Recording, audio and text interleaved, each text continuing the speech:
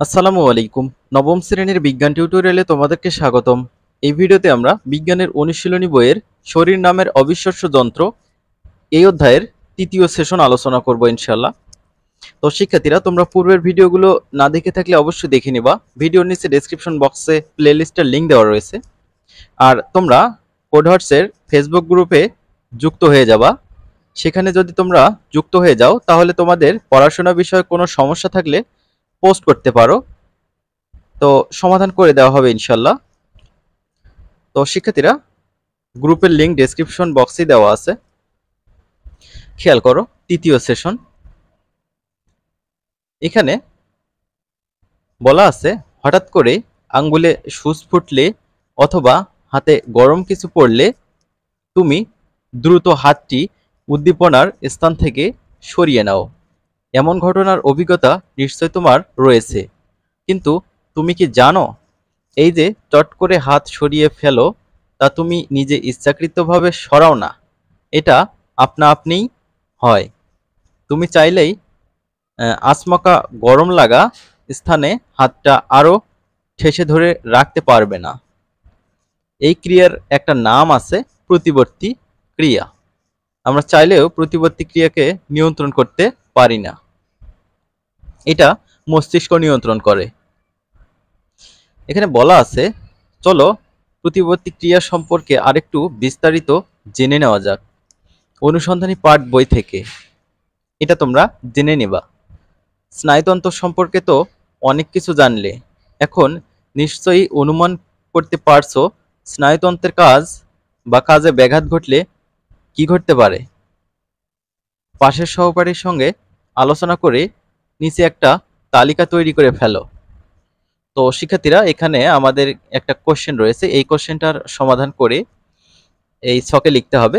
চলো আমরা এটির সমাধান দেখি। তার আগে বলে দিতে চাই, তোমরা যারা এখনো চ্যানেলটি সাবস্ক্রাইব করো নাই, প্লিজ চ্যানেলটি সাবস্ক্রাইব করে রাখবে পরবর্তী ভিডিওগুলো পাওয়ার জন্য। শিক্ষার্থীরা খেয়াল করো, প্রশ্নটা আমরা লিখে নিয়েছি, তারপর নমুনা সমাধান হিসেবে লেখা হয়েছে, স্নায়ুতন্ত্র দেহের বিভিন্ন অঙ্গের কাজ নিয়ন্ত্রণ করে এবং সমন্বয় সাধন করে, ফলে দেহের ভারসাম্য রক্ষিত হয়। কোনো কারণে স্নায়ুকোষের ব্যাঘাত ঘটলে শরীরের বিভিন্ন রকম সমস্যা দেখা যায়, সেগুলোর তালিকা তৈরি করা হলো।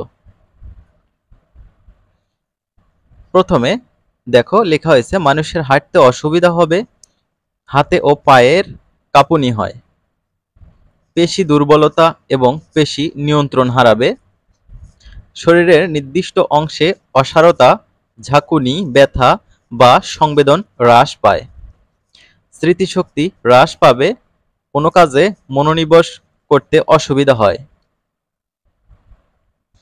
তারপর লেখা হয়েছে, মেজাজের পরিবর্তন, বিষণ্ণতা, উদ্বেগ এবং আচরণে পরিবর্তন দেখা যায়, অস্বাভাবিক ঘাম ও রক্তচাপের পরিবর্তন, দ্রুত হার্টবিটের সমস্যা দেখা যায়। তো শিক্ষার্থীরা, এই ছিল তালিকাটি। আশা করি তোমরা বুঝতে পেরেছো। চলো আমরা পরবর্তীতে কি বলা রয়েছে একটু দেখে নেওয়া যাক। তোমরা যে তালিকা তৈরি করেছো তার সঙ্গে এবার অনুসন্ধানী পাঠ বইয়ে লেখা বিভিন্ন স্নায়বিক বৈকল্য জনিত রোগের উপসর্গের সাথে তোমাদের অনুমান মিলিয়ে দেখো তো। পরের সেশনের জন্য প্রয়োজনীয় নির্দেশনাটা শুনে নাও। অর্থাৎ পরবর্তী সেশনে যা করবে, বাড়ির কাজটা করবে, সেটি এখানে নির্দেশনা দেওয়া আছে। পরের সেশনের আগে বাড়ির সবার সাথে আলোচনা করে কিংবা পরিচিত ডাক্তার বা যে কারো কাছ থেকে প্রশ্ন করে আমাদের আশেপাশে কি কি দীর্ঘমেয়াদী রোগ দেখা যায় তার একটি তালিকা তৈরি করে নিয়ে আসতে হবে। প্রচলিত দীর্ঘমেয়াদী রোগের মধ্যে ডায়াবেটিসের নাম যদি এসে থাকে, তবে তোমাদের আরেকটা কাজ থাকবে, তা হলো পরিবারের বা পরিচিতদের মধ্যে ডায়াবেটিক রোগী শনাক্ত করে এই রোগের উপসর্গগুলোর তালিকা তৈরি করে অনুশীলন বইয়ে নোট নিতে হবে। একই সঙ্গে স্থানীয় কোনো ডাক্তারের কাছ থেকে ডায়াবেটিস কেন হয় এবং এই রোগের প্রতিকার ও প্রতিরোধের উপায় কি তা জেনে নিয়ে আসবে। তো শিক্ষার্থীরা, এটি হচ্ছে বাড়ির কাজ। বাড়ির কাজটি পরবর্তী সেশনে দেখানো হবে। তো শিক্ষার্থীরা দেখতে পাচ্ছ, ধাপ 2 সেশন 4, এই সেশনে আমরা বাড়ির কাজটি নিয়ে আলোচনা করব। শিক্ষার্থীরা ভালো থাকবে। পরবর্তী ভিডিও দেখার আমন্ত্রণ জানিয়ে শেষ করছি। আল্লাহ হাফেজ।